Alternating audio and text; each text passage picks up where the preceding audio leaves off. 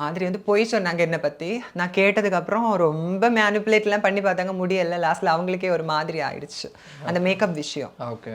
So இந்த மாதிரியான விஷயங்கள்லாம் இந்த மாதிரி அப்புறம் என்னையும் வியானாவையும் கார்னர் பண்ணாங்க.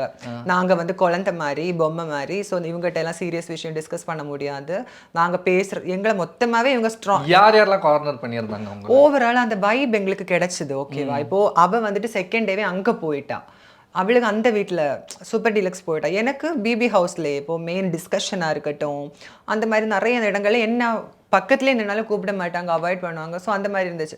அதை வச்சு 24 ஹவர்ஸில் வந்திருக்கு. நானும் அவளும் கோட் வேர்ட் வச்சு பேசியிருப்போம். சின்ன சீக்ஸ் பெரிய சீக்ஸ் கார்னர் பண்ணுறாங்க, சின்ன சீக்ஸ் ஓகே சிக்ஸ் அந்த கோழி குஞ்சு. ஸோ அந்த மாதிரியெல்லாம் நான் பேசியிருக்கேன். அப்புறம் நிறைய நடந்திருக்கு. அப்புறம் வியானாக்கும் பிரவீன் ராஜுக்கும் சண்டை நடந்துச்சு. அது நான் பேச போய் எனக்கும் 3 பேருக்கும் சண்டை நடந்தது. அப்படி நிறைய நடந்திருக்கு.